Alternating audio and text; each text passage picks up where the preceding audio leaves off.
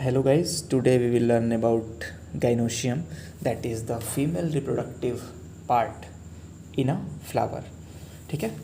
तो अब देखिए क्या होता है कि सबसे पहला कि जो गाइनोशियम होता है वो एक या एक से ज़्यादा कार्पेल से बना हो सकता है। ठीक। और जो कार्पेल होता है वो क्या क्या कंसिस्ट करता है। सबसे पहला एक ब्रॉड बेसल स्ट्रक्चर जिसको क्या बोलते हैं, ओवरी। ठीक है, ये देखिए इनलार्ज्ड है। फिर एक इलोंगेटेड ट्यूब लाइक स्ट्रक्चर होता है जिसको स्टाइल बोलते हैं।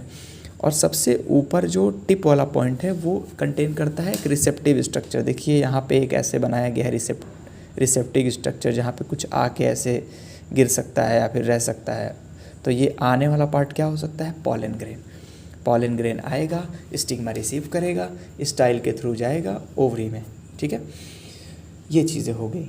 तो सबसे पहली बात कि जो ओवरी है वो बियर करता है या फिर वो अपने पास रखता है ओव्यूल्स को।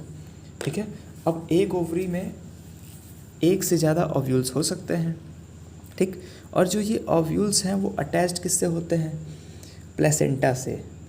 ठीक, अब प्लेसेंटा क्या होता है, प्लेसेंटा जो होता है एक फ्लैटेंड कुशन लाइक स्ट्रक्चर होता है, उसको क्या बोलेंगे, प्लेसेंटा। अगर तो अगला लाइन कि अगर एक से ज़्यादा कार्पेल प्रेजेंट है किसी फ्लावर में और अगर वो फ्यूज़ ना हो, फ्रीली हो, तो उसको बोलेंगे एपोकार्पस। एपोकार्पस का एग्जाम्पल क्या हो गया, देखिए लोटस, रोज़, स्ट्रॉबेरी। और अगर एक से ज़्यादा कार्पेल है और अगर वो फ्यूज़ है तो उसको बोलेंगे सिनकार्पस। इसका एग्जाम्पल क्या हो गया, मस्टर्ड हो गया, टोमेटो हो गया।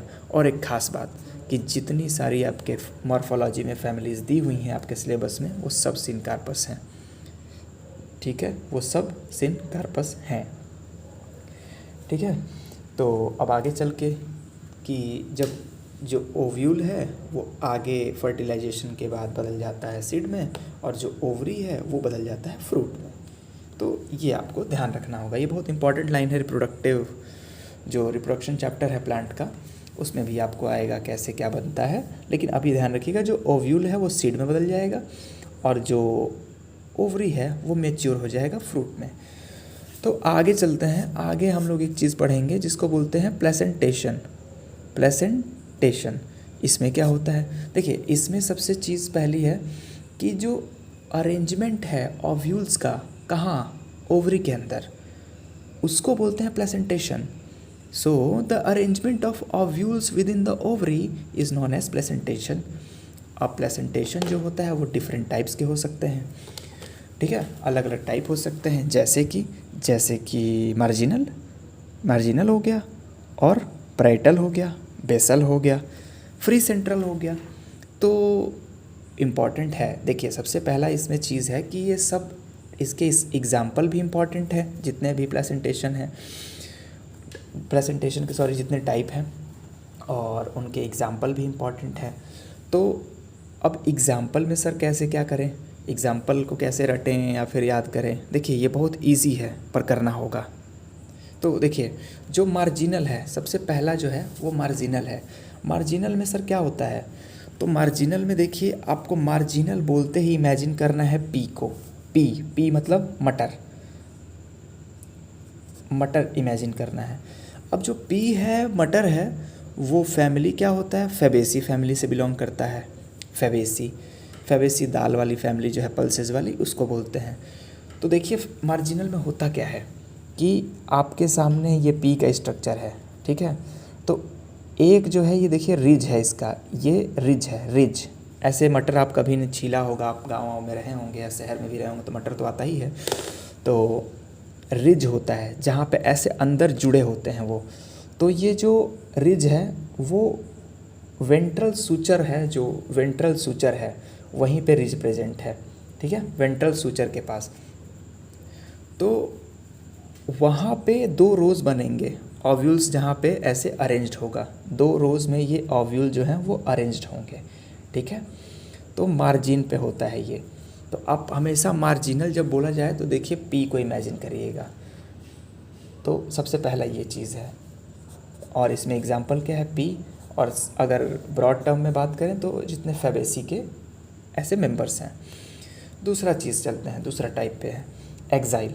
एक्साइल में सर क्या होता है, देखिए डायग्राम मेरा बहुत ख़राब है लेकिन आपको जल्दीबाजी में मैं बना के दिखा रहा हूँ। एक्साइल में क्या होता है, तो ये आपका सबसे बाहरी वॉल हो गया ओवरी का, ये देखिए 3 भाग में बटा हुआ है। ये अलग अलग ये क्या होते हैं, मल्टी लॉक्यूलर हो गए, अलग अलग भाग में ऐसे लॉक्यूल्स बने हुए हैं, डिफरेंट उसमें बांटा गया है उनको, ठीक, मल्टी लॉक्यूलर हो गए। और सेंटर पे अरेंज्ड हैं उनके ओव्यूल्स, सेंटर पे क्या है, ओव्यूल है। तो इसके एग्जाम्पल क्या हैं, इसके एग्जाम्पल हैं कटला। कटला मीन्स क्या हो गया सर, तो सी से हो गया आपका चाइना रोज़, टी से हो गया टोमेटो, एल से हो गया लेमन, और किस में पाए जाते हैं, एक्साइल में। तो कटला एक याद रखिएगा आप, ठीक है, कटला आपको याद रखना है। कटला एक फिश भी होती है शायद, तो एक्साइल में आपको इसको याद रखना है। अब तीसरे पे हम लोग चलेंगे, तीसरा क्या है, तीसरा है आपका पेराइटल। देखिए पेराइटल में क्या होगा कि ओवरी वॉल जो आउटर है वो तो है ही, इनर वॉल के बिल्कुल पेरीफेरी पे, मतलब इनर वॉल पे ही ऐसे अरेंज्ड हैं ओव्यूल्स आपके। तो अरेंजमेंट ऐसा है, लेकिन इनमें एक और चीज़ है, इसमें एक फॉल्स सेप्टा प्रेजेंट है, बाद में ये प्रेजेंट होगा।